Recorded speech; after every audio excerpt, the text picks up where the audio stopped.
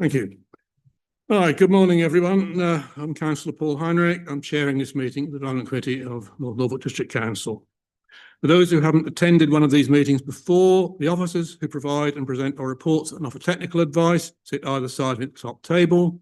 In front of me, in the central area, sit the members of the committee who will be making decisions on the items on the agenda. Will officers please introduce themselves? Good morning. My name is Jeff Lyon. I'm Development Manager. Good morning, Nicola Ray, Training Planning Officer. Lauren Gregory, Democratic Services. Fiona Croxon, Solicitor to the Council. David Layson, Assistant Director for Planning. Thank you. Welcome to members of the public who are attending and for those who are viewing this remotely. If you've registered to speak, I will call you to the front to the end of this bench at the appropriate time. Usual notices, we're not expecting a full fire alarm today. If you hear a fire alarm in the distance, it is due to some work going on to prepare an area of the building for another purpose. If you do get a genuine alarm, then proceed by the marked exits, which officers will demonstrate at the time, and proceed to the car park or to the flagpole at the rear. The mobile phone, please silent or to off. And I have put mine off for a change. If required, we'll take a short break at around 11. And I also remind members of the public they should not speak to councillors either during the meeting or the coffee break. You need to find the loos out in the foyer. Right, item 2, apologies for absence. Thank you, Chairman. Apologies for absence have been received from Councillor Mike Hankins, Councillor Victoria Holliday, Councillor Connor Rouse and Councillor Angie Fitch-Tillett. Thank you. Substitutes? None present. Right, item 4, minutes. We have 3 sets of minutes, 30th of April, 14th of May and 18th of June. We will agree those otherwise en bloc. Are there any amendments, apostrophes, or other missing items? Councillor Brown. Yes, good morning, everybody. Yes, I with some trepidation, I mentioned that the president of the Apostrophe Society has been in touch. Now, I'm sorry, I've not marked them all up, but I will contact Democratic Services to assist them if they require them. They're a bit like buses nowadays, aren't they? Minutes, they come in threes rather than singles. Thank you, Chairman. With the exception of a few missing apostrophes, are we happy to accept them? Proposer? All in favour? Thank you. Items of urgent business, I have none. None received. Thank you. Order of business. The order will be as detailed on your agenda. However, note that we are taking the 3 items as a single presentation because they are all interlinked and all pertain to the same site. We will be voting on them as separate items. Please keep that in mind. I'll also ask when we get to the public and speakers and ward members, they cover all 3 in their presentations and remember to focus on the actual application in front of us and not any other issues that may be of concern to some. Declarations of interest. Councillor Vickers. Yes, Chairman. I am the ward councillor, so I will be speaking on behalf of the application, and therefore following the rules, I won't join the debate or vote. Thank you. Any more declaration of interest? No. Okay.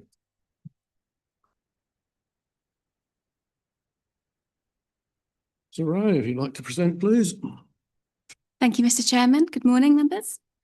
As mentioned, these 3 applications are being presented together as they collectively apply for the installation of an internally illuminated ATM and accessible ramp with railings on a Grade 2 listed building within the Fakenham Conservation Area. Advertising consent is required for the ATM and planning permission. Sorry, for the illumination of the ATM, planning permission and listed building consent is required for the ATM and the ramp themselves. Just to provide a further update before we get into the presentation, it has been identified that the reason for calling section on the Development Committee report for the advertising consent has an error. It says that the local ward member called it in, but that's incorrect. It was actually the development manager that called that application in, so they could all be read together. And we've also received 3 further representations in support of the application following the issue of the committee reports. So I'll just briefly summarise them. And they state overwhelming public benefit of retaining free access to cash, improved accessibility resulting from the proposal, the absence of significant harm to the character of the building, cumulative loss of banking facilities within Fakenham, essential maintenance of banking services within the town centre is of economic importance, the need for a cash point within the town centre to support local businesses and allow people to spend money in the local area. The installation of a town centre cash machine would be a straightforward, practical and relatively low-cost measure that supports residents, visitors and local businesses. And cash spent locally can continue circulating through the town without the card processing fee that some businesses incur. If we move on to the presentation, please, Owen. On this, thank you. So just for some context, this is a site location plan within Fakenham. The site is edged in red and it's just to the south of the Square of the War Memorial in Fakenham. Next slide. This is a photograph of the front elevation of the building as existing, and you can see the strong symmetry of the Georgian building, which officers are concerned would be distorted from the proposal. This is a view from the highway. This is an unclassified road, and consultation with highways officers has resulted in the requirement that, should the proposal be approved by committee today, the small constructed area of the ramp in front of the building would need to be stopped up. What's important to note is that an application to stop up the highway needs to be submitted to the Department for Transport, and there's no guarantee that this would be approved. So even if committee was minded to support the application today, that is a significant issue that may prevent the proposal from going forwards. This is another view of the highway looking just down the road from the other angle. What I've also done is include an indicative image in the centre. Earlier this year, there was an approved application on the front of the building for a defibrillator and a bleed kit. In this case, it was also determined that there would be less than substantial harm to the listed building. But the public benefits that arise from the life-saving devices and the small scale of the proposal meant that the public benefits were in that case considered to overcome the harm to the listed building. These are the existing floor plans, and you can see the existing self-service machine within the building for use by Nationwide customers. That's just edged in blue. These are the proposed plans. The ATM and the ramp are shown in green. The blue denotes the internal alterations that would need to take place, and the existing self-service machine inside the building would need to be relocated as well. This is just an image of the existing elevations, again, just for a bit of a reminder. And this is an image of the proposed front elevation. Officers' view is that the proposal shown would array the historical and architectural merit that the building holds. Buildings are listed because they are judged to be of national importance because of their architectural or historic interest, and both the North Norfolk Local Plan and the National Planning Policy Framework requires officers to give great weight to the conservation of heritage assets, irrespective of the level of harm that would occur from a proposal. This slide shows a more detailed view of just the proposal. It should be noted that alternative options were discussed with the agent. These included resiting of the ATM to the left-hand lower sash window, an internal vestibule and a lifting ramp within the street as well. Heritage England does offer some guidance on this and does support those options, but in this case it meant the agent felt that none of these would be appropriate due to concerns around antisocial behaviour, vandalism, impacting on the flow of customers and the public in the area, health and safety concerns and security concerns as well. One concern held was that the installation of the ramp could promote the increase of damp between the Grade 2 listed building and the ramp by just blocking the airflow. The agent has confirmed that they are quite confident that this could be overcome by allowing the ramp to be detached and fully independent of the building itself. And they also have stated that they could design out some concerns regarding the storage of the window so that it could be safely stored and reinserted again, and that they would also be agreeable to removing the illumination from the ATM collar. We've not had any plans from this, and officers consider that if that came forwards, the view would not change. There would still be harm that is not outweighed by public benefit. This slide shows the details of the proposed ramp and railing, and I'll just go through the measurements for you. So the ramp itself would be 4.97 metres long, 1.8 metres wide, with the usable section of the ramp measuring 1.65 metres in width. The railings are between 1 metre and 1.05 metres in height, and the overall height from the ground to the upper level would be 215 millimetres. That's subject to a level survey, and the measurements have been taken from the plans. This is a slide of the illuminated ATM collar. The details around the sizing and the illumination are shown on the screen for you. Thank you. This slide is just some indicative signing that would be within the ATM. And this next slide shows similar. They're fairly indicative images of the standard detailing, like covering up your PIN, and some branding to show that it's a nationwide ATM as well. So as you will have read within the report, a survey was undertaken within Fakenham to identify the existing ATM provision within the town, because there is undeniably a public interest arising from the proposal. What we found was that there are 6 locations within the town as a whole that provide an ATM service. Some of these locations have more than one ATM at them. The green circles show ATM provision that is 24/7, and the orange shows those that are not. The pale blue on the screen is where the town centre is. The hatched red overlay is the conservation area, and the application site is shown by a yellow box. All of the distances showing on the screen are all walking distance from the application site to those ATMs. But just to go around the map, there is one ATM at the Morrison's garage with the Burger King and the Greggs, which the screen might be just hiding slightly. There's 2 ATMs at the Morrison's store itself. 1 ATM at Tesco within the town centre. A post office about 280 feet from the application site where cash can be withdrawn during opening hours of the post office. And the community centre with the Barclays Local also has an ATM. The Barclays Local is open 4 days a week. The ATM is separate and can be accessed during opening hours of the community centre.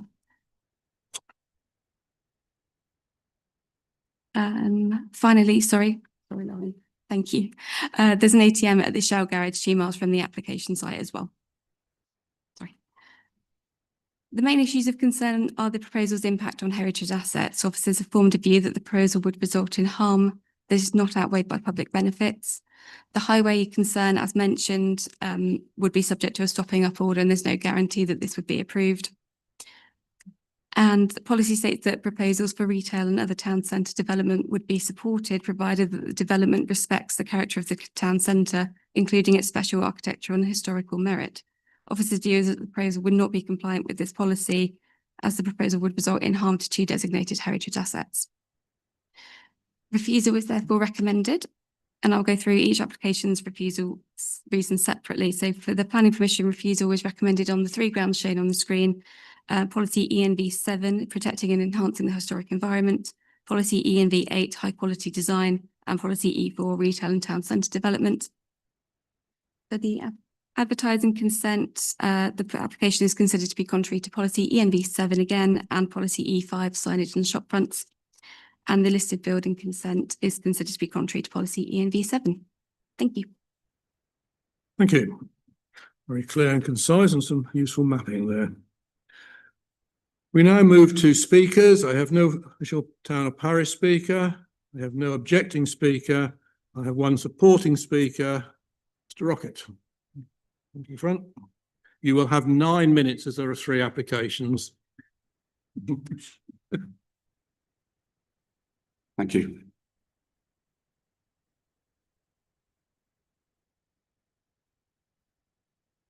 Good morning.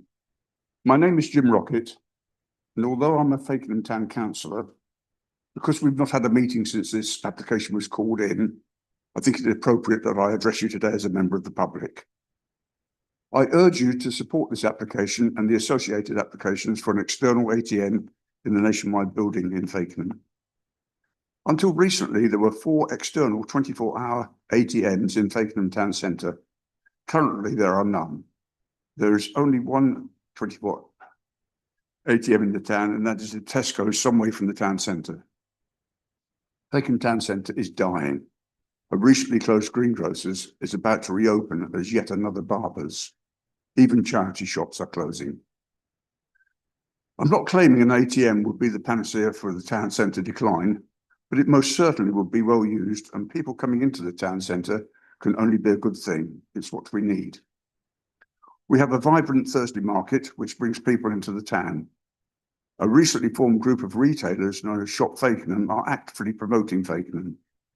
One of their initiatives is the Fakenham Food Market, which is held on the second Saturday of each month in the marketplace. It is going from strength to strength. I think we need to take a more pragmatic approach to this application. It is not a simple conservation area listed building issue. Important as they are, it is also about people. The people who serve the community, providing shops, cafes, restaurants, and yes, public houses.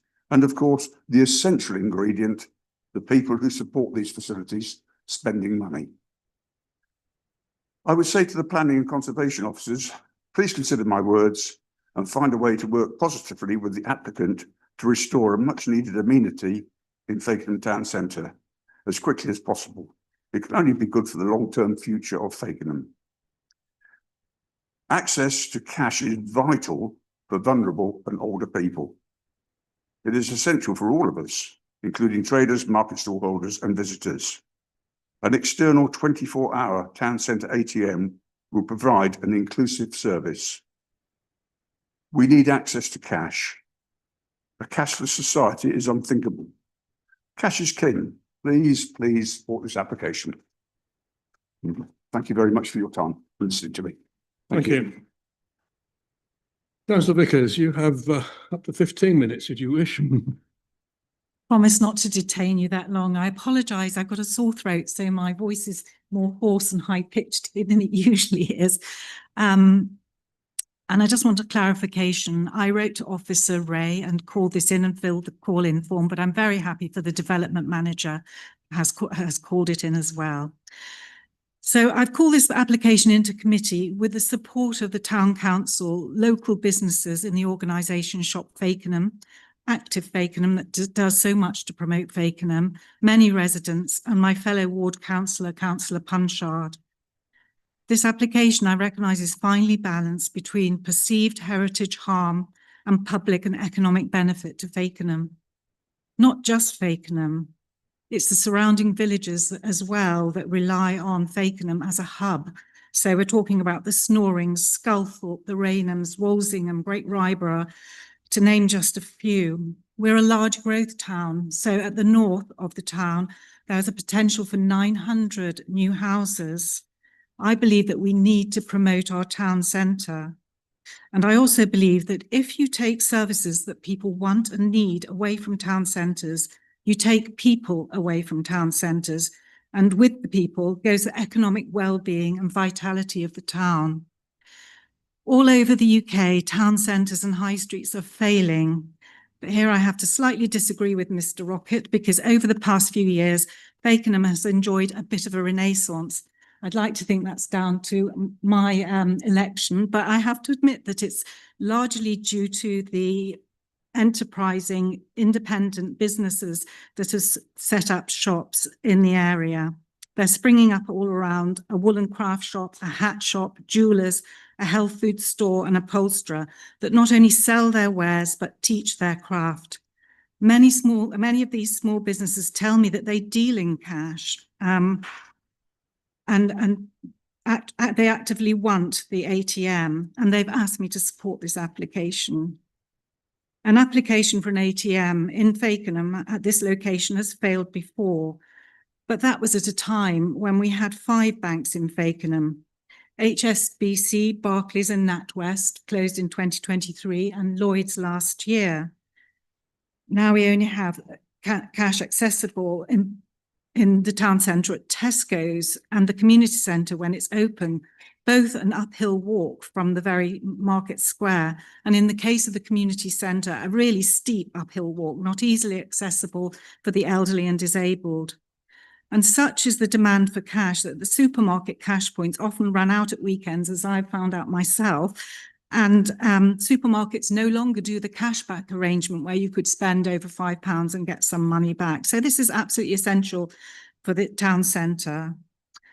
The officer rightly points out that even if this is approved, it may run into difficulties with the Department of Transport and Highways due to the existing rights of way. I want to make a point that irrespective of this application, Highways and the County Council need to address this issue. Some years ago, the councils agreed to the pedestrianisation of the Market Square, and that's a real benefit for Fakenham. But unfortunately, they left that right of ways across the square open. So I'm not talking about the main road that runs through the centre or access for emergency vehicles or deliveries. As I understand it, in theory, anyone can drive their car down the narrow confines of Tun Street and squeeze through the narrow gap by the sweet shop into the Market Square and among unsuspecting pedestrians in the Market Square area. So I think that this needs to be addressed apart from this application and has to change.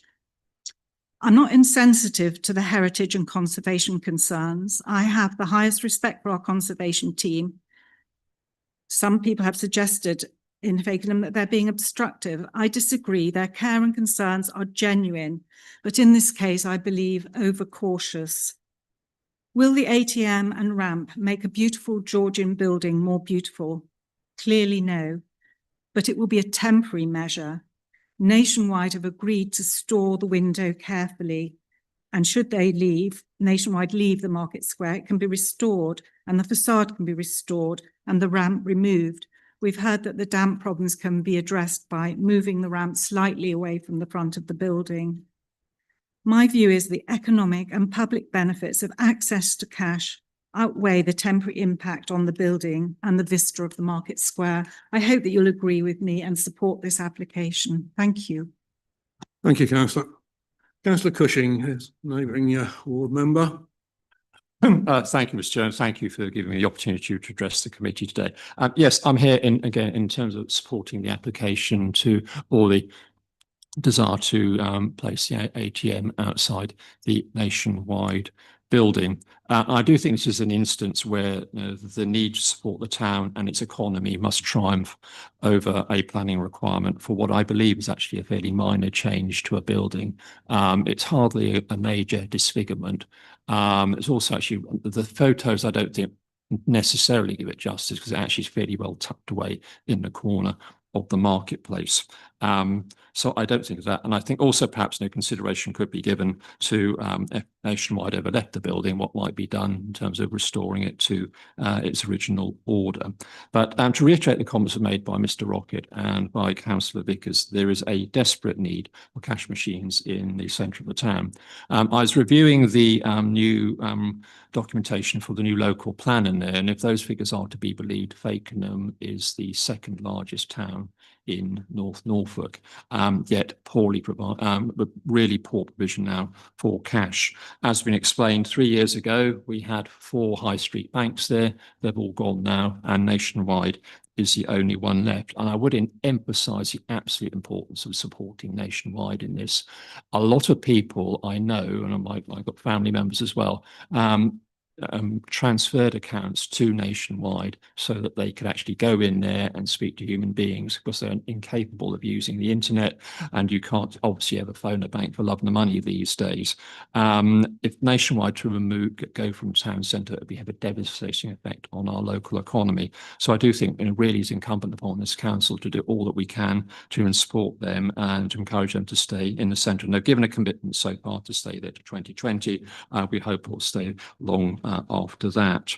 But also the concern I have about this is that, as emphasised, many people do need to use cash, and there's a real concern that people are get left behind in this new world. There are plenty of people who cannot use the internet, and they do rely on cash, and also households who are on tight incomes as well. Now, cash is a far better way of managing their finances than relying on credit cards and debit cards. Also, we're trying to encourage the fact we have a superb marketplace on Thursday. Shop Fakenham are encouraging a new effectively farmers market every second Saturday of the month.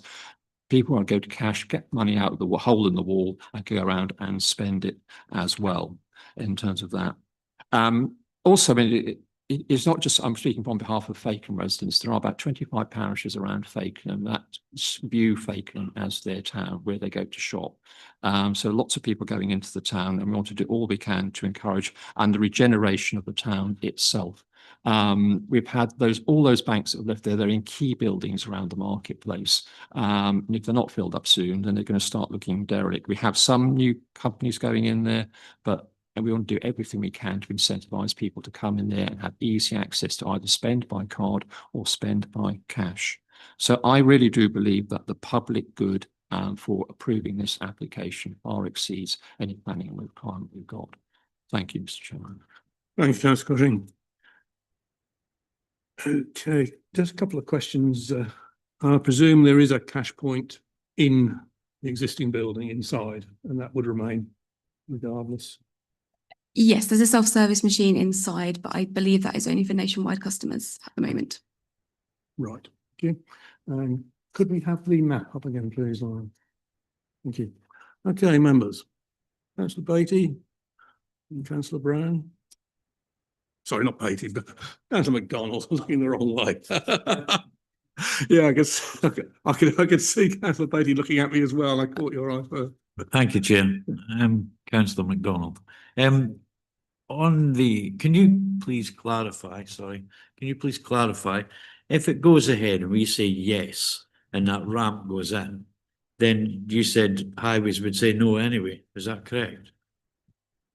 Not exactly.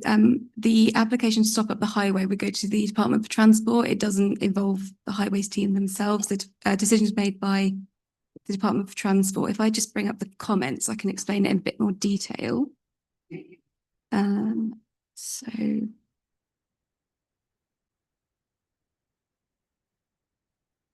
So it says if the development proceeds, the developer needs to receive the stopping up order and will need to make an application to the Department for Transport, the order making authority, for an order under section 247 of the Town and Country Planning Act 1990. Although I would advise the applicants that statutory undertakers have the right to object to the granting of a stopping up order, which may prevent this development from progressing in its current format. The imposition of the above does not in any way infer that Norfolk County Council as the local highway authority would support the application, so it's absent of their involvement. Thank you. Thank you, Mr. Chairman. Can I add to your remarks and thank the officer for her reports, excellent, and for her presentation today, which I really enjoyed. I think there's no doubt with the with the planned expansion of Fakenham that another ATM to accompany the one at Tesco is very desirable. They'll both be 24-hour, and the rest of the ATMs, many of which are not open for 24 hours, are all some distance away. I think it's a public expectation that when they visit a town centre, there will be a cash withdrawal facility available to them.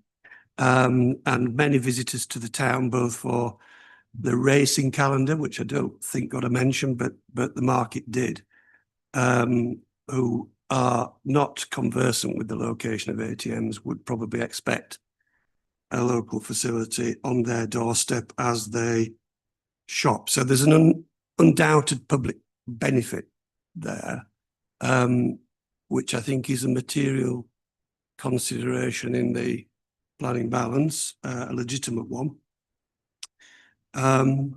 We know that the Nationwide, and I might say that other banks are available, but not in Fakenham at the moment, Chair, have committed to keep all their branches open until 2030. It would be a sort of a token of appreciation, that's perhaps not the right way of putting it, of this council to allow this application and go against the officer's recommendation. But things are obviously never that straightforward, are they? So regular members or followers of this committee will know that we go to quite often to the ends of the earth to protect our heritage and to support our local planning policies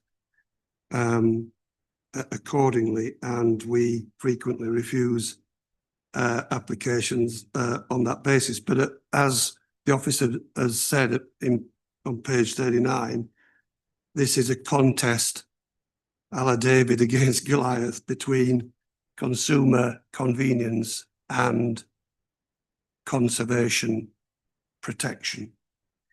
But it is obviously an expectation of modern life that these facilities are provided. So I want to draw a comparison with how the restoration of the building may sort of pan out in future were Nationwide to withdraw the services and vacate the building, sell or surrender their lease or whatever, and even possibly be replaced by a banking hub, so that whoever operates the building may have a requirement for an ATM. And therefore, I think it's important that if we approve today, that we tightly draw that condition to restore the building to its original state, not just for the current applicant, but for any similar applicants who may follow. So we have an opportunity here to refuse the ATM, the railings and the ramp in the event of a future change of use, or even currently. But we would need to, I think, consider that very, very carefully in the light of the offer from the applicant to carefully remove the casement, the windows, and put them into safe storage, should they be required in the future. So that said, and for the reasons very eloquently put forward by the two local members and by the supporting speaker, Mr. Rockett, I'm going to propose that we decline the officer's recommendation on this exceptional occasion for refusal on PF 260688 and 0696. However, I make an exception in the case of ADV 260689 for the illuminated collar around the ATM, which I think the officer's got absolutely bang on. So, and I know what you're going to say. Yes.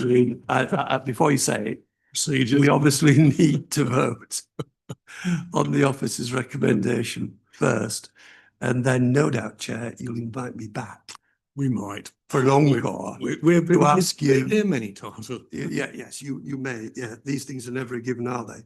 And I did raise the issue which has been raised about the ramp and the stopping up order.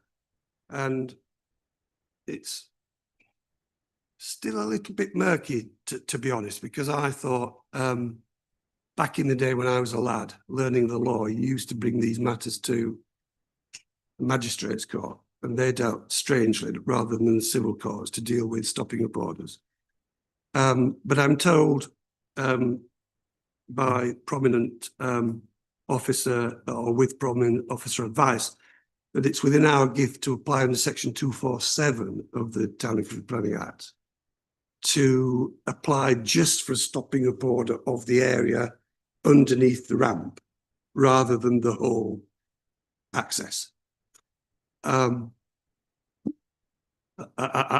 see some consulting. Would it help, Chair, if I paused at this point? Yes, thank you. I think we might need a little bit of advice on Yeah, that. we need what's called a Grampian condition. Yeah, I'm very sorry.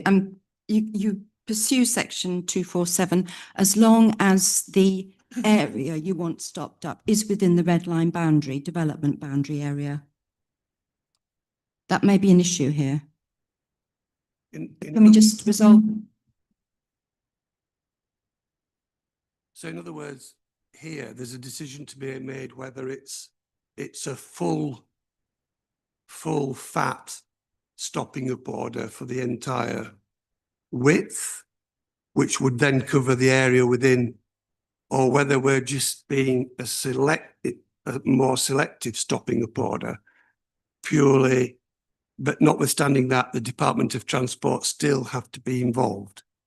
It's not delegated to us, it's not within our gift to make a final decision, is the question I'm asking.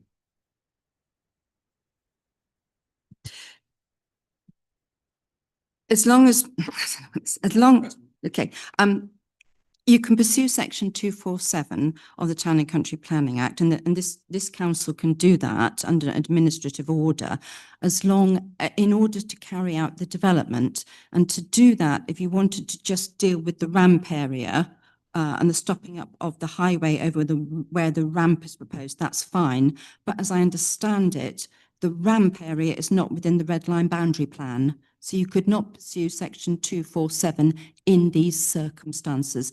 If it were within the red line boundary plan, then you could pursue section 247 and simply apply for an administrative order, make an administrative order as the district council, saying that the ramp development is needed for this particular development, and it would only be the ramp area which would be stopped up. Now, if there were significant objections to that, like a utility company has got something underneath that part of the road, then any objections would be considered likely at a very short public inquiry where the planning inspector would make the final decision. But as the rationale for making that order is in order to carry out the development, it's normally a 90% chance that the inspector would agree to that order being confirmed. But you have an issue here.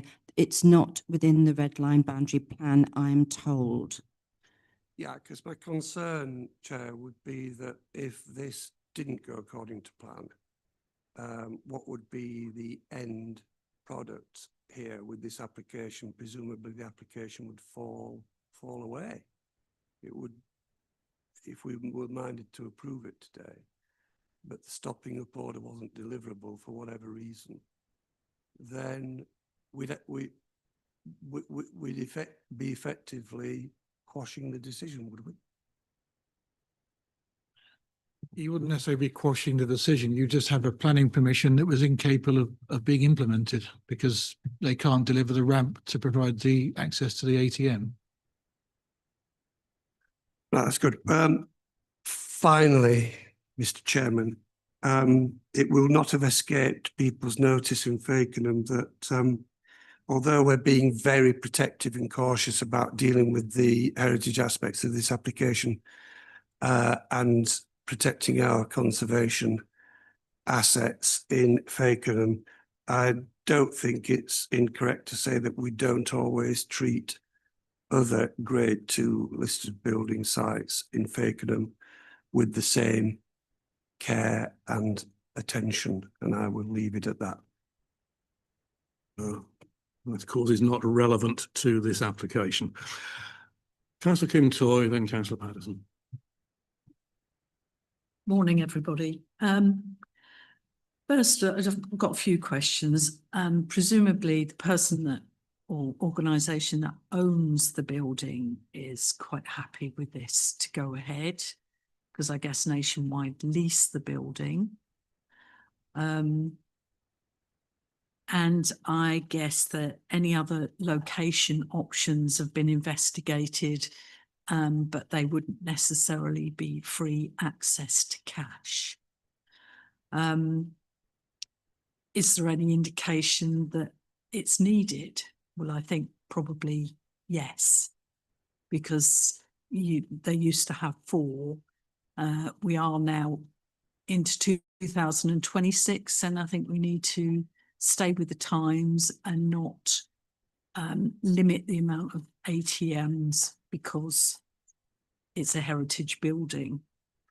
I'm quite happy that if the removal of the window is stored in the correct way, then I can't see that as a problem.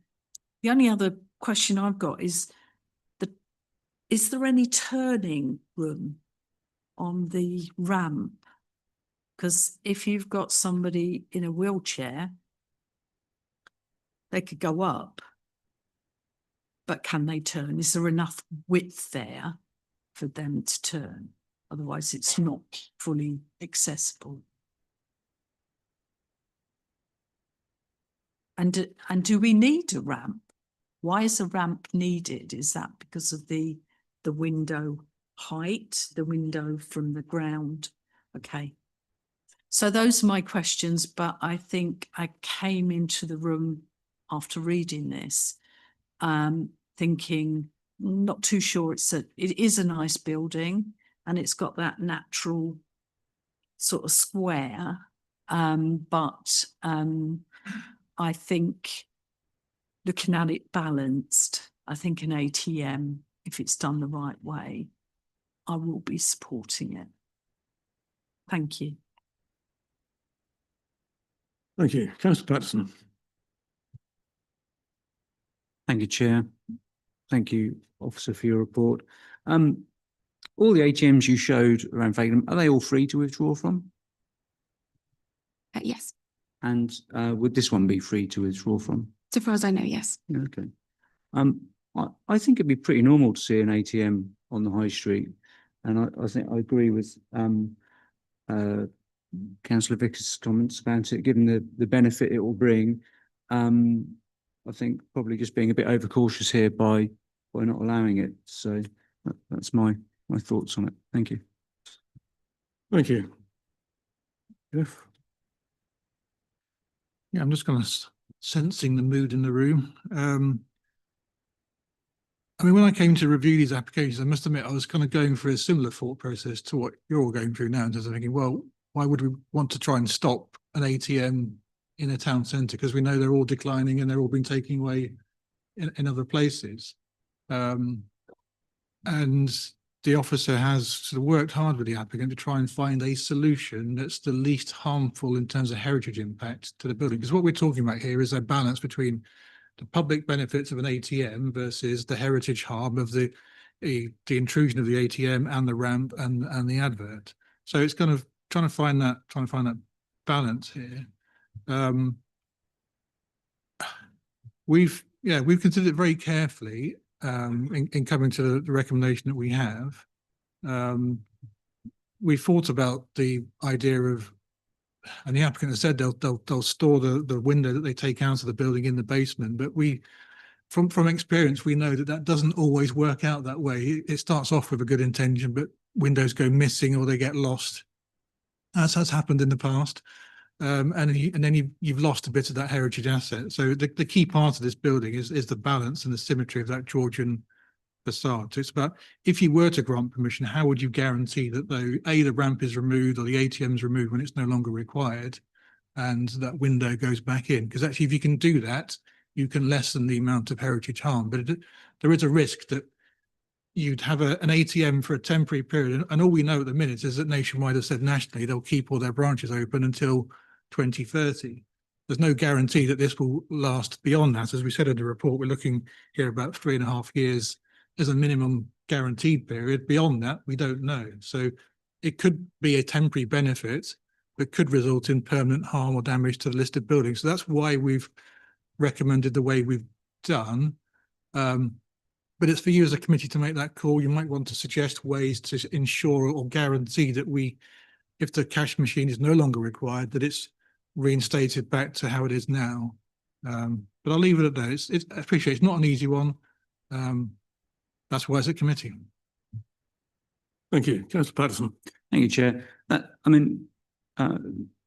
Officer Lyons, that's a bit chicken and egg in the sense of, right, it's only going to be potentially going to be there for 3 years, because if we don't give the opportunity for it to be there and for the business to thrive, the bank to thrive, perhaps it is one of the ones that gets culled. So given it's a listed property, you'd like to think even if they lose this window, they have to put back something that matches and looks correct. So I'm not sure I'm on the same page with those arguments. Thank you. Thank you. Anybody else wish to come in? Okay, Councillor Fisher. Yeah, yes, thank you very much.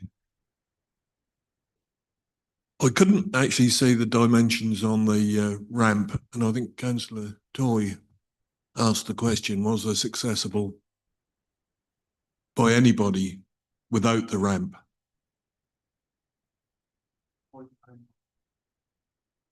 Yeah, but what about the height from the ground to the ATM without the ramp? And the other thing is that obviously the stopping up order, when the town centre was or block paved out and various roads were stopped up, the stopping order for that little piece of road was overlooked, and I wonder why it was overlooked. And I wonder if 3.5 years would be enough to get it put in, and whether we're wasting our time. Thank you. Yeah, just an observation from me that going back to that map, that Fakenham does seem to be well endowed with ATMs compared with our other towns, certainly Holt and even North Walsham, the largest. I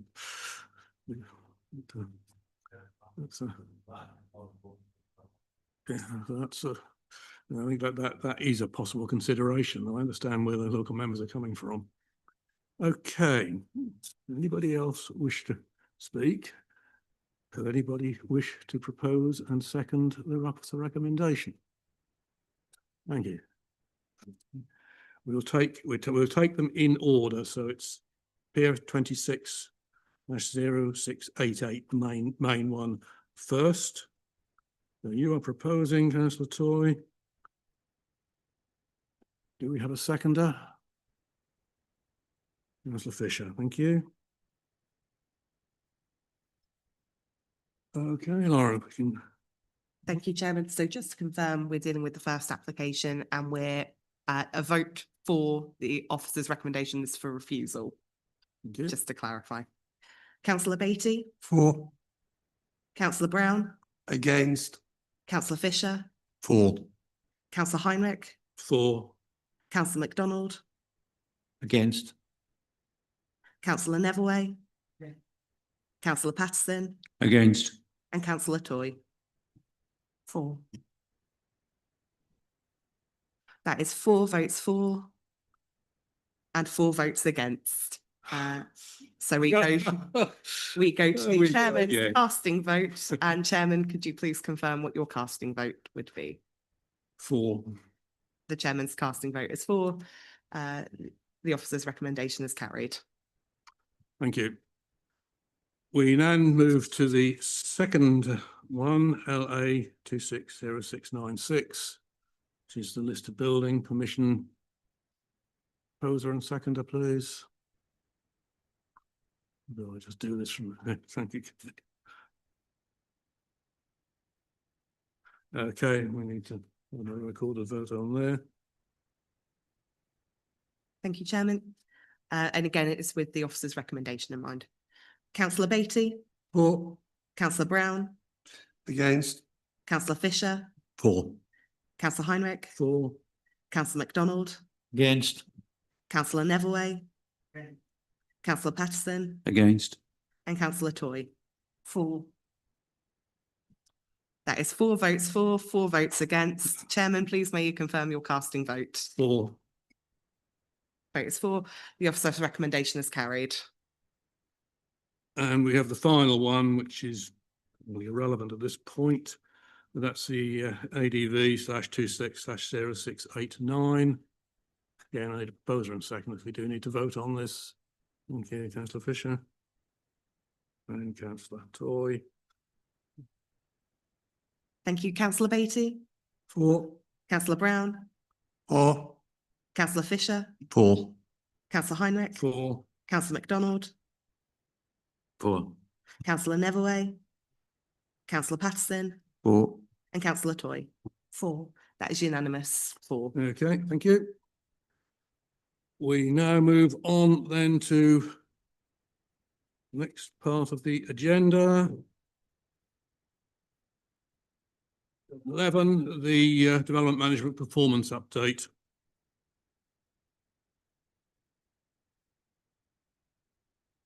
Okay, so this is page 55 of your agenda.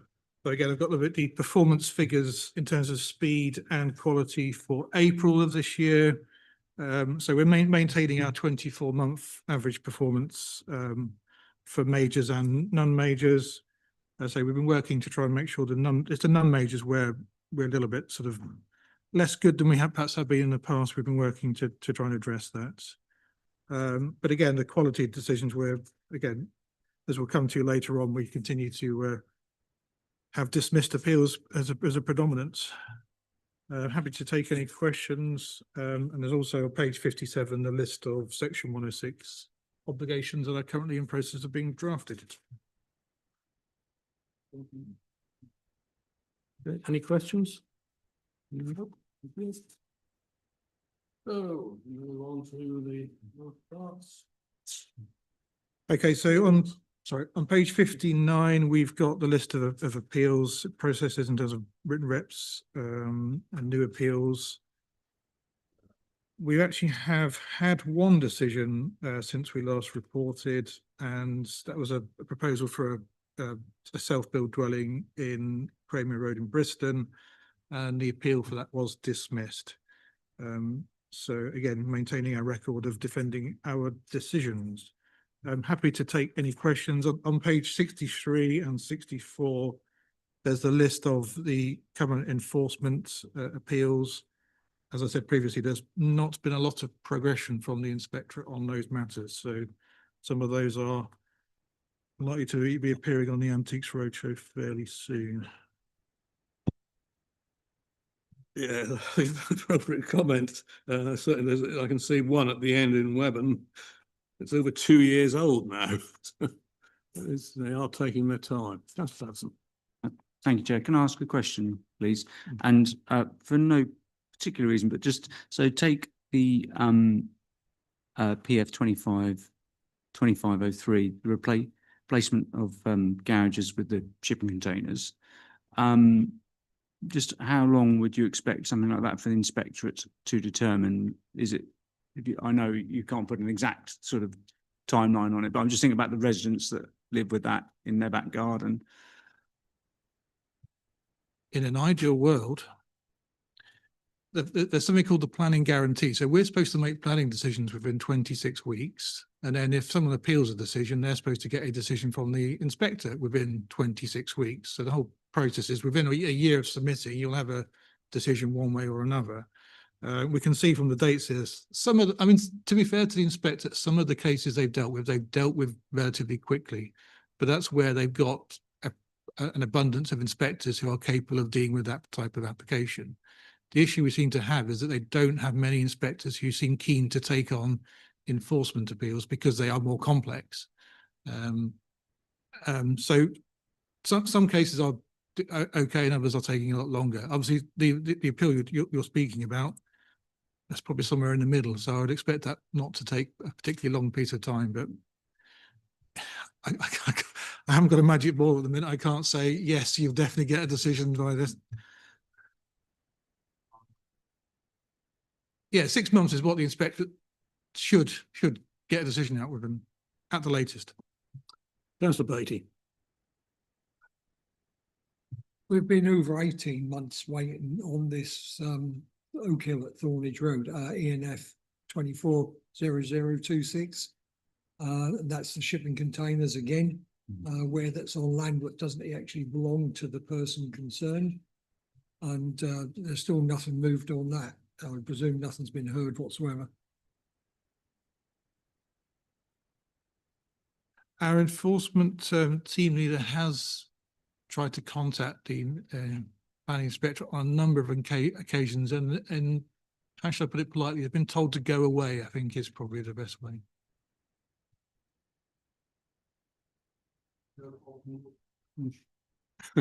Councillor Brown, go ahead.